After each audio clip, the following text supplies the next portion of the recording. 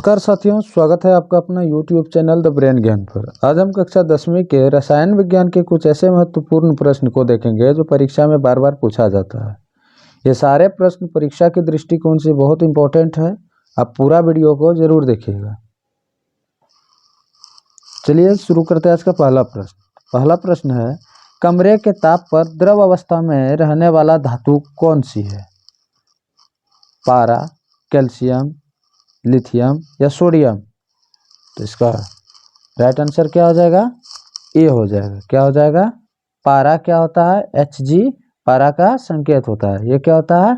कमरे के तापमान पर द्रव अवस्था में पाया जाता है। अगला प्रश्न है कि निम्नलिखित में से किस धातु को चाकू से आसानी से काटा जा सकता है? एल्युमिनियम, सोडियम, मैग्नीशियम या कॉपर? तो इसका राइट आंसर क्या हो जाएगा? सोडियम को क्या किया जा सकता है? चाकू से आसानी से काटा जा सकता है। सोडियम का संकेत क्या होता है? Na और इसकी परमाणु संख्या कितना होती है? 11 होती है। अगला प्रश्न है कि निम्नलिखित में से कौन सबसे कम अभिक्रियाशील धातु है? एल्युमिनियम, जिंक, फेरस या मैग्नीशियम? तो इसका राइट आंसर क्या हो जाएगा?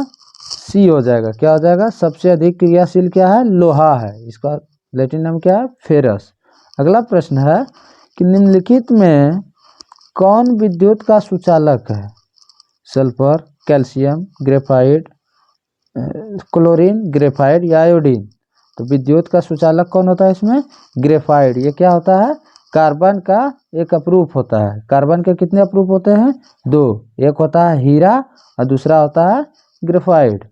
अगला प्रश्न है, किस धातु का गलनांक सबसे कम होता है? Aluminium Al, sodium Na, copper Cu या फेरस Fe? तो इसका राइट आंसर क्या हो जाएगा? 5 का बी हो जाएगा। सोडियम हो जाएगा इसका राइट आंसर। अगला प्रश्न है कि निम्नलिखित में कौन सा धातु अधिक अभिक्रियाशील होती है? मैग्नीशियम, कैल्शियम, सोडियम या पोटेशियम? तो इसका राइट आंसर क्या हो जाएगा? इसका राइट आंसर होगा डी के, पोटेशियम हो जाएगा। अगला प्रश्न है कि निम्नलिखित में कौन अधातु है? कार्बन, सोडियम, एल्युमिनियम या कैल्शियम? तो अधातु क्या है? कार्बन क्या है? अधातु है। अगला प्रश्न है कि निम्नलिखित में कौन विजातीय पदार्थ है? चूना पत्थर, खड़िया, संगमरमर या नमक? तो इसका राइट आंसर क्या होगा? डी हो जाएगा इसका राइट आंसर। नमक क्या है? ये विजातीय है। ये सब किसका प्रकार है? कैल्शियम का ही एक प्रकार होता है। इसी से चूना पत्थर बनता है, खड़िया बनता है और संगमरमर भी बनता है। ये किसका है? ये होता है NaCl। ये साधारण क्या है? नमक है। अगला प्रश्न है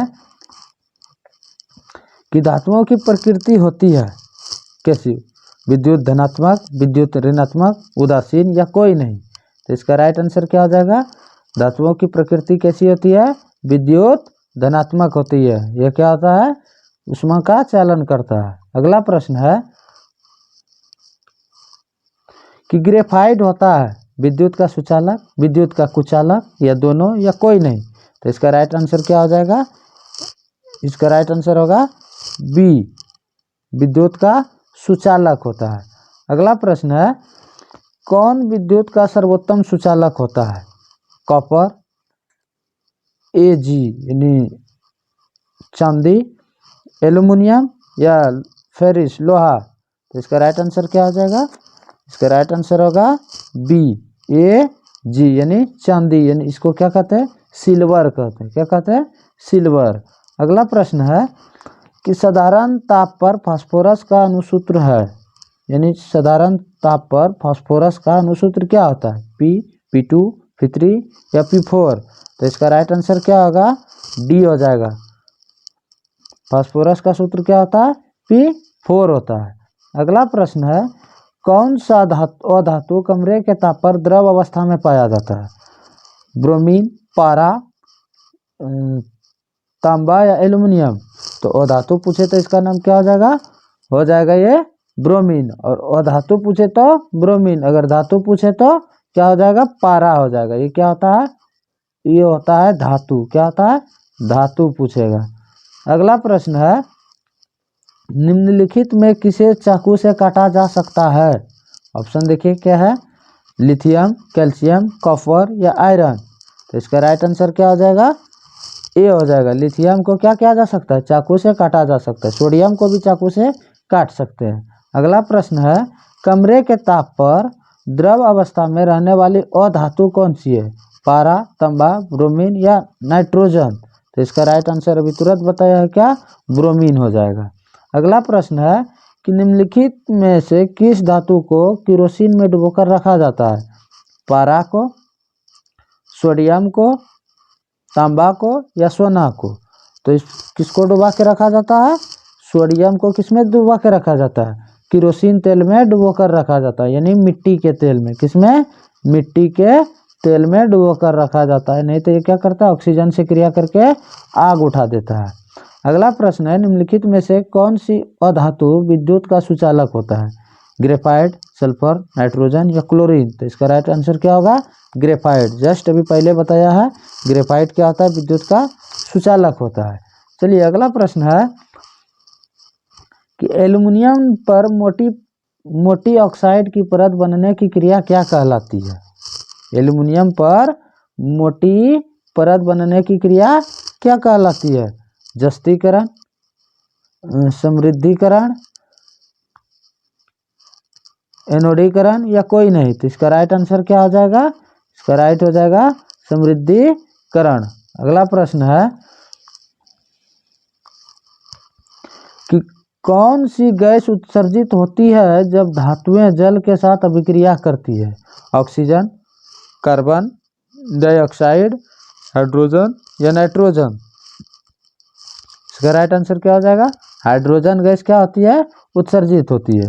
अगला प्रश्न है, निम्नलिखित में से कौन सा उत्पाद लेड नाइट्रेट को गर्म करने पर प्राप्त होता है? O2, NO2, NO2, N2 या NO2, O2 को। तो इसका राइट आंसर क्या हो जाएगा? डी इसका राइट आंसर हो जाएगा, नाइट्रस ऑक्साइड और ऑक्सीजन। अगला प्रश्न है कि निम्नलिखित में से कौन सबसे अधिक अभिक्रियाशील है? कॉपर, Hg यानी पारा, Hg शीशा, Ag एल्युमिनियम या Au सोना, चांदी, सोना। तो इसका राइट आंसर क्या हो जाएगा? 21 का आंसर हो जाएगा ए। क्या हो जाएगा? कॉपर इसका अधिक हो जाएगा। अगला प्रश्न है कि निम्नलिखित में से कौन सा पदार्थ ऑक्सीजन से संयोग नहीं करता है? Cu कॉपर, Au चांदी, Au सोना, Zn जिंक या पोटेशियम के। तो इसका राइट आंसर क्या आ जाएगा? 22 का बी। ये क्या करता है? ऑक्सीजन से संयोग नहीं करता है। अगला प्रश्न है, एक्वा रेजिया मिश्रण में HCl और HNO3 का अनुपात होता है HNO3 का अनुपात कितना होता है? 3:1, 1:3, 2:2 या 1:2। तो इसका राइट आंसर क्या हो जाएगा? 3:1 हो जाएगा। अगला प्रश्न है कि कोई तत्व ऑक्सीजन के साथ अभिक्रिया कर उच्च गलनांक वाला यौगिक निर्मित करती है, यह यौगिक जल में विलेय है, यह तत्व हो सकता है यानी क्या? Ca calcium, C carbon, Si या Fe लोहा। तो इसका राइट आंसर क्या हो जाएगा? ए हो जाएगा, इसका कैल्शियम राइट आंसर होगा। अगला प्रश्न हो जाएगा कि वह धातु जो सिर्फ अम्लराज में घुलता है क्या कहलाता है? चांदी, सोना, लोहा या कॉपर यानी तांबा। तो इसका राइट आंसर क्या हो जाएगा? बी इसका करेक्ट आंसर होगा। HNO3 में HNO3 को क्या कहते हैं? अम्ल राज भी कहते हैं। क्या कहते हैं? अम्ल राज कहते हैं। अगला प्रश्न है, यह किसमें घुलता है? लोहा, सोना इसमें घुल जाता है। अगला प्रश्न है कि ऐसे तत्व जो इलेक्ट्रॉनों को त्याग कर धनात्मक आयन बनाते हैं उसे क्या कहे जाते हैं? उपधातु, धातु, अधातु या मिश्र धातु। तो इसका राइट आंसर क्या हो जाएगा? धातु कहा जाता है। अगला प्रश्न है, ऑक्सीजन की संयोजकता होती है 2, 1, 0, 2 या 8। तो ऑक्सीजन की संयोजकता कितनी होती है? ऑक्सीजन की संयोजकता कितनी होती है? 2 होती है। और इसकी परमाणु संख्या कितना होता है? 8 होता है। अगला प्रश्न है कि सोना की परमाणु संख्या कितनी होती है? सोना की परमाणु संख्या कितनी होती है? सोना की परमाणु संख्या 29, 89, 79 या 39। इसका राइट आंसर क्या हो जाएगा? सी, यानी 79 हो जाएगा इसका राइट आंसर। अगला प्रश्न है, निम्नलिखित में कौन अभिक्रिया गैस है, यानी कौन सी अक्रिय गैस है? कार्बन, हीलियम, चांदी या हाइड्रोजन। तो इसका राइट आंसर क्या हो जाएगा? अक्रिय गैस कौन सी है? बी, हीलियम क्या है? अक्रिय गैस है। हीलियम है, नियॉन है, फ्योन है, ये सब कौन सी गैस है? अक्रिय गैस है। अगला प्रश्न है, गंधक की परमाणु संख्या कितनी होती है? 14, 15, 16 या 17। इसका राइट आंसर कितना होगा? 16। गंधक की परमाणु संख्या कितनी होती है? 16 होती है। लोहे की परमाणु संख्या कितनी होती है? 23, 26, 25 या 24। इसका राइट आंसर क्या होगा? 26 होता है परमाणु संख्या। किसका? लोहा का। इसका संकेत क्या होता है? Fe होता है। अगला प्रश्न है, सोडियम की परमाणु संख्या कितनी होती है? 11, 14, 17 या 20। तो इसका राइट आंसर कितना होगा? 11 होती है सोडियम की परमाणु संख्या। और ये 17 किसका होता है? Cl का। और 20 किसका होता है? Ca का। और अगला प्रश्न है कि क्लोरीन परमाणु के बाह्यतम कोश में इलेक्ट्रॉनों की संख्या कितनी होती है? 5, 6, 7 या 8। तो इसका राइट आंसर कितना होगा? 7 हो जाएगा। कितना होता? 7। और इसकी परमाणु संख्या कितना होती है? 1 होती है। सॉरी, परमाणु संख्या नहीं, इसका संयोजकता कितनी होती है? 1 होती है। अगला प्रश्न है, इलेक्ट्रॉन के स्थानांतरण से बने यौगिक क्या कहलाते हैं? संयोजी, विद्युत संयोजी, कार्बनिक या कोई नहीं। तो इसका राइट आंसर क्या होगा? विद्युत संयोजी कहलाते हैं। अगला प्रश्न है, निम्नलिखित में कौन आयनिक यौगिक है? CH4, CO2, CaCl2 या NH3। तो इसका राइट आंसर क्या होगा? 35 का सी हो जाएगा, CaCl2, कैल्शियम क्लोराइड। अगला प्रश्न है, लाल तप्त आयरन पर जल वाष्प प्रवाहित करने पर कौन सा यौगिक बनता है? FeO, Fe2O3, Fe3O4 या FeS। इसका राइट आंसर क्या होगा? सी हो जाएगा, Fe3O4। अगला प्रश्न है कि हीलियम कैसा तत्व है? अक्रिय, क्रियाशील, सक्रिय या उदासीन। इसका राइट आंसर क्या होगा? हीलियम क्या है? अक्रिय तत्व है। अगला प्रश्न है, हीलियम गैस होती है। अगला है कि सिलिका क्या है? धातु, अधातु, उपधातु या कुछ नहीं। तो इसका राइट आंसर क्या हो जाएगा? 38 का सी हो जाएगा, उपधातु है। सिलिकॉन और जर्मेनियम, सिलिकॉन और जर्मेनियम दोनों क्या है? उपधातु है। अगला प्रश्न है कि निम्नलिखित में किस तत्व में संयोजी इलेक्ट्रॉनों की संख्या सबसे अधिक होती है? Si, N, P या Na। तो इसका राइट आंसर क्या होगा? सी, यानी पोटास का क्या होता है? सबसे ज़्यादा होता है।